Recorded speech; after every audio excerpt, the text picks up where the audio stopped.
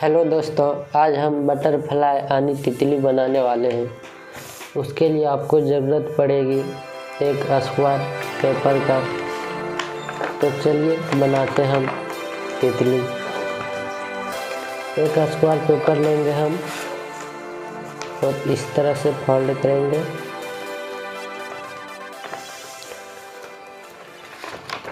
इस तरह फोल्ड करने के बाद फिर हम इस तरह से फोल्ड करूँगा।